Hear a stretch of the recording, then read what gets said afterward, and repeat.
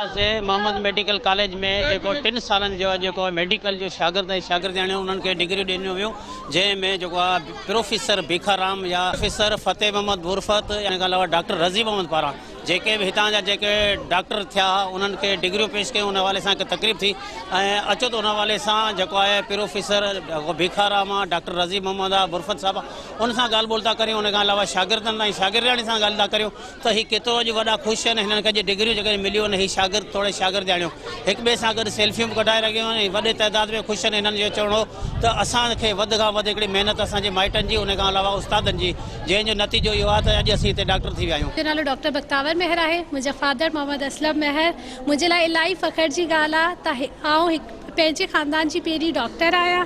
जॾहिं आउं पैदा थी हुयसि त मुंहिंजे पप्पा चयो मुंहिंजी धीउ डॉक्टर थींदी ऐं अॼु सुपिनो पूरो थी वियो आहे।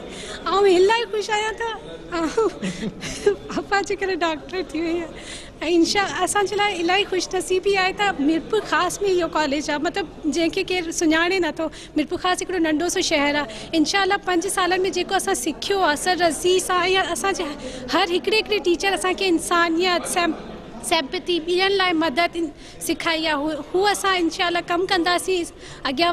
अल्लाह ताला असांखे कामयाबी ॾे ऐं हिन कॉलेज जो, हिन शहर जो, हिन मुल्क जो नालो रोशन कंदासीं। डॉक्टर ताबीर, मैं हूँ डीजी खान पंजाब से। हम लोगों ने यहाँ 5 साल कैसे गुजारे हमें पता भी नहीं चला। मीन्स कि इतना अच्छा इन्वायरमेंट था, सेफ़ इन्वायरमेंट फॉर फीमेल्स।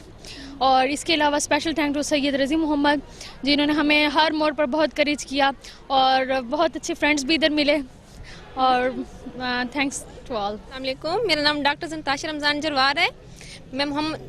मैं एक बलोच फैमिली से ताल्लुक़ रखती हूँ और मैं अपने ख़ानदान की पहली डॉक्टर हूँ। मैं शुक्रिया अदा करती हूँ सर डॉक्टर सैयद रज़ी मोहम्मद, अपने दोस्त हूँ मरीम शाहीन और अपने फादर और हमारा कॉलेज बहुत अच्छा है और हमें यहाँ पढ़ने का बहुत ज़्यादा मौका मिला है। मैंने अपना एक हॉस्पिटल बनाना है, वो भी अपने गाँव में, क्योंकि वहाँ कोई अच्छा हॉस्पिटल नहीं है। और मैंने आगे गायनेकोलॉजिस्ट बनना है। शाह सदरुद्दीन, पंजाब, डेरा गाजी खां। मेरा नाम डॉक्टर ताहिरा है, डॉक्टर ताहिरा राजपूत। एंड मैं अपने पेरेंट्स को थैंक्स करूँगी, मेरे पेरेंट्स को और मेरे फादर को। स्पेशल थैंक्स टू मेरी मदर को, मेरे फादर को। और एमएमसी एक वो जगह है जहाँ पे हमें बहुत अच्छा इन्वायरमेंट प्रोवाइड हुआ है। यहाँ हमें बहुत सारी चीज़ें मिली हैं सीखने को। और इवन हमें ये नहीं है कि यहाँ पे सिर्फ पढ़ाई, मतलब और इंसानियत, हर चीज़, मतलब ह्यूमनिटी, आपको एहसास, मतलब हर चीज़ें, एम्पैथी, सब कुछ सिखाया है। और इसका ज़्यादातर क्रेडिट जाता है हमारे सर सैयद रज़ी मोहम्मद को, जिन्होंने हमें इतनी अच्छी एजुकेशन प्रोवाइड किया है, इतना अच्छा सेफ्टी माहौल दिया है। यहाँ पे गर्ल्स के लिए बहुत मुश्किल होती है एजुकेशन, बट सर रज़ी ने ये साबित किया है कि एक लड़की के लिए एजुकेशन बिल्कुल भी मुश्किल नहीं है। इंशाल्लाह आगे भी हमने खिदमत करनी है और अपने लोगों की करनी है इंशाल्लाह। और हम गरीब अवाम की बहुत ज़्यादा जो है खिदमत करेंगे। आज कैसे देख रहे हैं आपके मोहम्मद मेडिकल कॉलेज के अंदर इतनी बड़ी तकरीब हुई है और यहाँ पर जो डिग्रियाँ दी है और यूनिवर्सिटी के जो प्रोफेसर साहब यहाँ पर आए, अब उनकी बातें भी आपने सुनी, आपका कैसे महसूस हो रहा है? जी हमें बहुत अच्छा लगा। हमारे सेकंड कॉन्वोकेशन था और 3 क्लासेस का था, 3 बैचेस का था। हमें बहुत अच्छा लगा। वाइस चांसलर्स आए थे, सिंध यूनिवर्सिटी के भी, लियाकत मेडिकल यूनिवर्सिटी के भी। और हमारे लिए बड़ी एजाज़ की बात है कि वो दोनों एक साथ इस इंस्टीट्यूट में इकट्ठे हुए और हमें बहुत अच्छा लगा। हमारी जिम्मेदारी थी और हम सब ने मिलकर अपनी जिम्मेदारी को बहुत अच्छे तरीके से किया, तो ये सब अच्छे से फंक्शन हो गया, तो ये हमारे लिए सबसे बेहतर और अच्छी बात है। इस कॉलेज के अंदर ज़्यादा से ज़्यादा कौन सी आपको मुश्किलात पेश आती हैं? मुश्किलात कोई नहीं है। अगर मुश्किलात हमें कोई पेश आए भी सही तो हमारे डीन सर सैयद रज़ी मोहम्मद हैं, वो हमारी हर मुश्किल हमसे पहले ही वो कर लेते हैं कवर और हमें ऐसे कोई मसला नहीं होता और हम एक फ्लो में जा रहे हैं, अपनी पूरी स्टडी कैरी कर रहे हैं। मेरा नाम नाइला रहमान है। मैं भी रिसेंटली मोहम्मद मेडिकल कॉलेज से ग्रेजुएट हुई हूँ। अल्हम्दुलिल्लाह ये मेरे पेरेंट्स की दुआएं हैं, मेरा साथी कराम का शफकत भरा हाथ है जो हम इस मकाम तक पहुँचे हैं। इंशाल्लाह आगे भी मुल्क व कौम की खिदमत करने का जज्बा है। जो गरीब अवाम है, जिसको हम लोग मेडिसिन के ज़रिए ज़्यादा से रिलीफ देने की कोशिश करेंगे इंशाल्लाह। हमारा यही आगे एम्बिशन है इंशाल्लाह।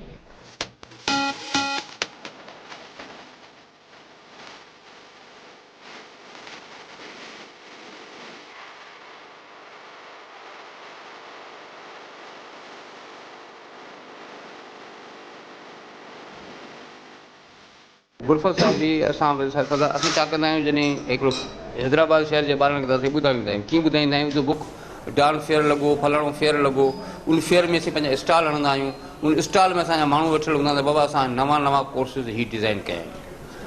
पर मूं पंहिंजी यूनिवर्सिटी तरफ़ां नेक्स्ट ईयर खां माना हाणे त एडमिशनूं थी वियूं, नेक्स्ट ईयर खां जीअं इंटर जो ॿार आहे त असां डिफरेंट कॉलेजिस में असां ग्रुप ठाहिया आहिनि असांजा, त तव्हां वञी पंहिंजा प्रोडक्ट ॿुधायो त असां वटि हीअ शइ ठहे थी, हिन जा हीअ जे जॉब मिलंदो, हिनखे हीअ थींदो, ज़रूरी न आहे त तव्हां MBBS डॉक्टर थियो। तव्हांखे नंढिड़ो मिसाल थो ॾियां त आहे तमामु वॾी ॻाल्हि आहे पर आहे नंढिड़ो मिसाल। जेको मेडिको लीगल केसिस हूंदा आहिनि उन में 90% केसिस खे इंसाफ़ न मिलंदो आहे। छो? हिकिड़ो त पुलिस एतिरी ट्रेंड कोन्हे जेको उते क्रिमिनल एरिया जो क्राइम सीन जो सही नमूने सां मंज़र कढे। ॿियो जेको डॉक्टर चेक थो करे उहो सिंपल MBBS डॉक्टर आहे, को फार्मेसिक में उनजो घणो कुझु थियल कोन आहे, उनजूं फाइंडिंग ग़लति थियूं। टियों, कोर्ट में वियो केस वियो कोर्ट में, उते वकील बि को उनजा एक्सपर्ट कोन आहिनि, उते जो जज बि उन शइ जो एक्सपर्ट न आहे, उन करे हुननि खे इंसाफ़ नथो मिले। इहा ॻाल्हि मुंहिंजी पंहिंजी फीलिंग हुई। मूं 4 साल जो बैचलर शुरू करायो आहे, माना इंटर खां पोइ हू 4 साल ॿार बैचलर कंदो फॉरेंसिक साइंसिस में। हिकिड़ो त इंसाफ़ मिलंदो, वकील उन मां थींदो, जज उन मां थींदो, मेडिको लीगल ऑफिसर उन मां थींदो, पुलिस इन्वेस्टिगेशन ऑफिसर उन मां थींदो। प्लस इहे फॉरेंसिक वारा माण्हू आहिनि असांजे हर ॻुझे इदारे खे, इन्वेस्टिगेशन इदारे खे खपे थो। बायोमेट्रिक सेखारींदा, जेनेटिक्स सेखारींदा, सभु शयूं सेखारींदा 4 साल। मलेशिया जो मॉडल हो, ॿी दुनिया में किथे कोन्हो, मलेशिया जो मॉडल हो। उतां आऊं हिकिड़ो असांजो पंहिंजो ई पाकिस्तानी प्रोफेसर हुते कमु पिए कयूं, हुन वीचारे खे मूं चयो यार मुंहिंजा हाणे तोखे हैदराबाद यादि पई करे, ॻोठु यादि पियो करे, तो ते कर्ज़ आहे वापसि मोटी अचे। हुते हुनखे 10 लाख रुपया पघार मिलंदो आहे, मूं वटि माना ईअं निंढड़ी ख़र्ची ते वीचारे आयो, असां उहो कोर्स शुरू कयो आहे। त चवण जो मक़सदु इहो आहे त इहे शयूं ॿारनि खे असांखे ॿुधाइणु घुरिजनि ऐं असां हाणे पंहिंजे प्रोडक्ट जी मार्केटिंग करण लाइ हीअ करे। ऐं डेफिनेटली असांखे रिमोट एरियाज़ ताईं माण्हुनि ताईं असांजी हिकिड़ी एडवर्टाइज़मेंट अख़बार जी हूंदी आहे, त उहो अख़बार जी एडवर्टाइज़मेंट ॾिसो, पाण सॼी अख़बार सॼी कोन पढ़ंदा आहियूं, पंहिंजे मतिलब जी ख़बर हूंदी आहे उहो पढ़ंदा आहियूं। हाणे जेको नयो प्रोडक्ट हूंदो आहे न उनखे ॿार पढ़े ई कोन को, MBBS खे BDS खे पढ़े थो, नए प्रोडक्ट खे नथो पढ़े। उन लाइ असांखे थोरी महिनत करणी पवंदी, माण्हुनि में अवेयरनेस ॾियणी पवंदी। ॾिसो हिकिड़े जो ॿारु आहे चए थो मेडिकल में वञा, इंटर पास कयईं, तव्हांजो CT स्कैन MRI जो जेके मशीनूं हलनि थियूं, उन्हनि जा जेके बि टेक्नीशियन आहिनि सॼे पाकिस्तान में तव्हां निगाह घुमायो घणा ट्रेंड आहिनि, को ट्रेंड कोन्हे, उहो ॾिसी सिखियो आहे। असां जेकॾहिं हुनखे डिप्लोमा था ॾियूं 1 ईयर जो ऐं उन्हनि खे जॉब मिली वेंदो हलियो, हिते न पूरी दुनिया में खपंदो, पूरी मिडल ईस्ट में खपे थो। ऐं असांजी नर्सिंग आहे, मिडवाइफ्स आहिनि, इहे असांजे नर्सिंग जो कोर्स असां हलंदो। हाणे मिडवाइफरी जो कोर्स ॿियो शुरू करण जे चकर में आहियां, त उनजे लाइ मूंखे टीचर मिलणु, छो त क्वालिटी सां कॉम्प्रोमाइज़ कोन कबो, पढ़ाए ॿार जो टाइम ज़ाया कोन कबो, उनजी प्रॉपर ट्रेनिंग जॾहिं ऐं मुतमिन थींदुसि त बाबा हीअ तव्हां निकिरंदो त हीअ प्रॉपर माण्हू हूंदो, पोइ उहो कोर्स शुरू कंदुसि। इंशाल्लाह इहो मिडवाइफ बि हाणे असां विदिन 1 ईयर शुरू कंदासीं। त इन में काफ़ी छा थींदो आहे, 27-28 तव्हांजा ॿार आहिनि न, इहे कुझु कोन आहिनि। जॾहिं सभिनी इदारनि खे हिननि खे बि असां इन प्रोमोट पिया करियूं न, बाबा फिजियोथेरेपी खोलियो, डेंटिस्ट्री खोलियो, फार्मेसी खोलियो, त जॾहिं 27,000 ॿार आहिनि, इहे 27,000 ई ॿार मेडिकल रिलेटेड कंहिं न कंहिं फील्ड में हलिया वेंदा, त उन जूं दुआऊं असांखे लॻंदियूं। असीं अॼु आहियूं, सुभाणे रिटायर थींदासीं, हिकिड़ो ॾींहुं पाण दुनिया खे छॾणी पवंदो, शयूं यादि रहंदियूं जेको मां इंसानु अलाह जी राह में या पंहिंजे माण्हुनि जी ख़िदमत में करे वेंदो। मुंहिंजो बिलीव इहो आहे। कुछ चीज़ें वो कह रहे थे कि कोटा सिस्टम ख़त्म करो, पूरी कंट्री की एजुकेशन एक जैसी होनी चाहिए, एक पेपर होना चाहिए। इस पे मैंने बहुत बड़ा एतराज़ किया था, वो मेरा ऑन रिकॉर्ड है। मैंने कहा भाई जो एक चूरे में मैं चूरे से निकला हूँ, वाइस चांसलर बन गया हूँ, मुझे मौका मिला है तब मिला हूँ, ये कोटा नहीं होती तो मैं नहीं आता। तो हमारे सिंध के सिनारियों में हमें रिमोट एरिया को कोटा सिस्टम देनी पड़ेगी, वरना हमारे बच्चे उस इलाके के नहीं आएंगे। दूसरा उनका ये था कि भाई बच्चे मिक्स हों, अच्छी बात है, दूसरे प्रमाण से कि हमारे बच्चे साथ पढ़ें, लेकिन उन्होंने कहा 10% सीटें आप ओपन छोड़ दें। पंजाब में एजुकेशन सिस्टम अच्छा है, वहाँ के बच्चे परसेंटेज ज़्यादा लेते हैं, तो मैंने इस पर एतराज़ किया था। मैंने कहा ये नहीं करूँगा, आप रेसिप्रोकल करो, 10% बच्चे आप अपने पास हमारी कोटा रखो, 10% हम देने के लिए तैयार हैं, बाकी ये मैं नहीं करने दूंगा कि मैं आप लोगों को 10% सीटें दे दूँ। अभी जो भी हमारे पास बच्चे आए हैं, सिंध का जो बच्चा जिसने प्राइवेट में भी अप्लाई किया है, जिसका मिनिमम बार है, MBBS में 65 से कम को एडमिशन नहीं देनी है, एक भी बच्चा नहीं रह रहा है जो जिसके पास, क्योंकि वो प्राइवेट में पैसे लगते हैं, वो बेचारे बच्चे रह रहे हैं जो गरीब खानदान से हैं। BDS में 55% एग्रीगेट वाले बच्चे भी नहीं रह रहे हैं, मेरी कैलकुलेशन के वो लिस्ट भी मैं दे रहा हूँ।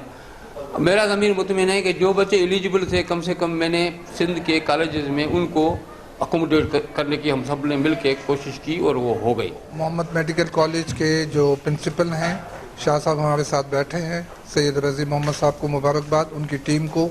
वेल ऑर्गेनाइज किस्म का कॉन्वोकेशन था और पूरे आपने देखा कि इसमें सिंध के बच्चे तो थे ही थे, लेकिन इसमें पंजाब के बच्चों की बड़ी तादाद थी।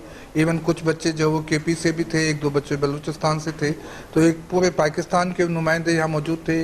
एक अच्छी बात है कि जो डिसिप्लिन हमने देखा, कॉन्वोकेशन बहुत से होते रहते हैं, आपने भी अटेंड किए होंगे, लेकिन जिस डिसिप्लिन का, जिस इंतज़ाम का इन्होंने बंदोबस्त किया और बच्चों ने जो अपना एक डिसिप्लिन शो किया, यही बच्चों की तरबियत शो करती है। तो आज का मौका जो होता है, ये कॉन्वोकेशन एक ऐसा माइलस्टोन होता है कि उन बच्चों के लिए भी ज़िंदगी की इब्तिदा है कि नए दौर में दाखिल हो रहे हैं। उनके वालिदैन के लिए जिन्होंने 5 साल मेहनत की, यकीनन आज भी मेडिकल की तालीम इतनी सस्ती नहीं है और ये ज़्यादातर आपने देखा होगा बच्चे मिडिल और लोअर मिडिल क्लास के बच्चे हैं जिनके माँ बाप जो है वो फॉरेन एजुकेशन बर्दाश्त नहीं कर सकते या महंगी तालीम जो है वो, उसके बावजूद जिस अंदाज से एक माहौल दिया जा रहा है। और मीरपुर ख़ास, अब मैं कहूँगा कोई छोटा शहर नहीं है, शाह साहब ने अपनी समझे कि वो थोड़ा सा वो काम लिया है अपनी, जैसे कि लेते हैं। मीरपुर ख़ास इस वक्त पाकिस्तान के बड़े शहरों में शामिल है और एक सनती शहर भी होने जा रहा है। आबादी के लिहाज से भी हमें, मेरा ये मौजू रहा है, तो ये तकरीबन अब हैदराबाद जितना बड़ा शहर हो गया है। और आप अगर ज़मीन के लिहाज से देखें, डिस्ट्रिक्ट भी इसमें वजूद में आ गए हैं, डिवीज़नल हेड क्वार्टर है। तो मैं समझता हूँ इस किस्म की यूनिवर्सिटीज़ को ज़्यादा वजूद में आना चाहिए, ये तादाद मज़ीद बढ़नी चाहिए कि इस वक्त भी मेल एंड फीमेल डॉक्टर्स की माशरे को बहुत ज़्यादा ज़रूरत है।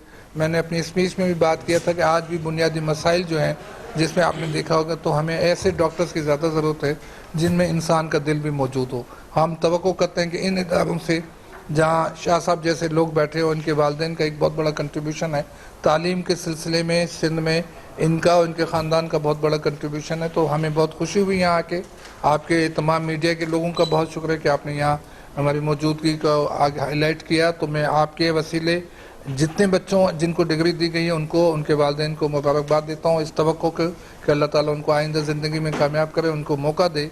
और सबसे अच्छी बात देखें ये है कि आज मीरपुर ख़ास की सरजमीन में, सिंध में सबसे जितनी भी चीज़ें आप सिंध में लगा लें कि इज़्ज़त के काबिल जितनी चीज़ें हैं, उनमें ये 2 यूनिवर्सिटियाँ जो हैं, यूनिवर्सिटी ऑफ सिंध और Liaquat university of medical and health sciences, इनसे बड़ी क्या चीज़ है।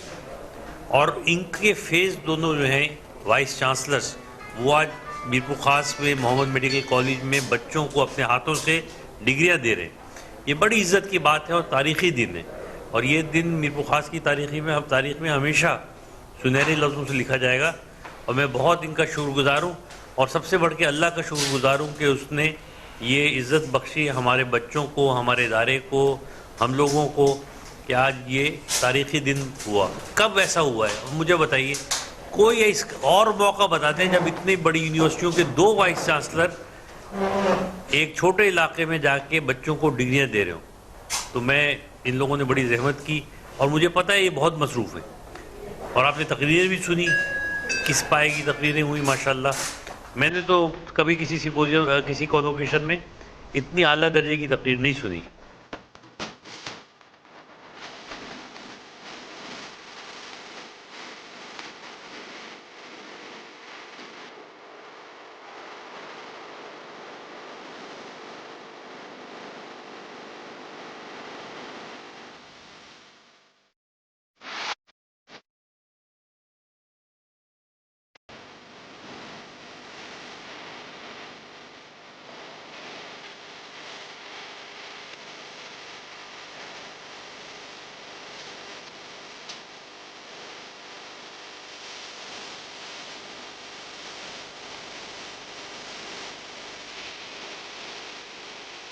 नाज़रीन, तव्हां प्रोफेसर फ़तेह मोहम्मद बुरफ़त या प्रोफेसर भिखाराम या डॉक्टर रज़ी मोहम्मद जो ॻाल्हि ॿोल ॿुधी हूंदी ऐं उन खां अलावा शागिर्दनि जी थोरे शागिर्दाणनि जी ऐं हिन वक़्तु जेके डॉक्टर आहिनि उहे हितां खां वञी सॼे मुल्क जी वञी ख़िदमत कंदा। हिन मोहम्मद मेडिकल जे अंदरि मीरपुर ख़ास समेत जेके सिंध जे मुख़्तलिफ़ इलाइक़नि बल्कि पूरे पाकिस्तान जे मुख़्तलिफ़ इलाइक़नि जे अंदरि जेके आया आहिनि, जिन खे अॼु डिग्रियूं मिलियूं आहिनि, उन्हनि जा तव्हां वीचार ॿुधाईंदा। हिननि जो चवणु हो त हितां खां वञी असां पंहिंजे मुल्क ऐं क़ौम जी ख़िदमत कंदासीं। कैमरामैन एजाज़ भट्टी सां गॾु नज़ीर पंवर, सिंध TV न्यूज़, मीरपुर ख़ास।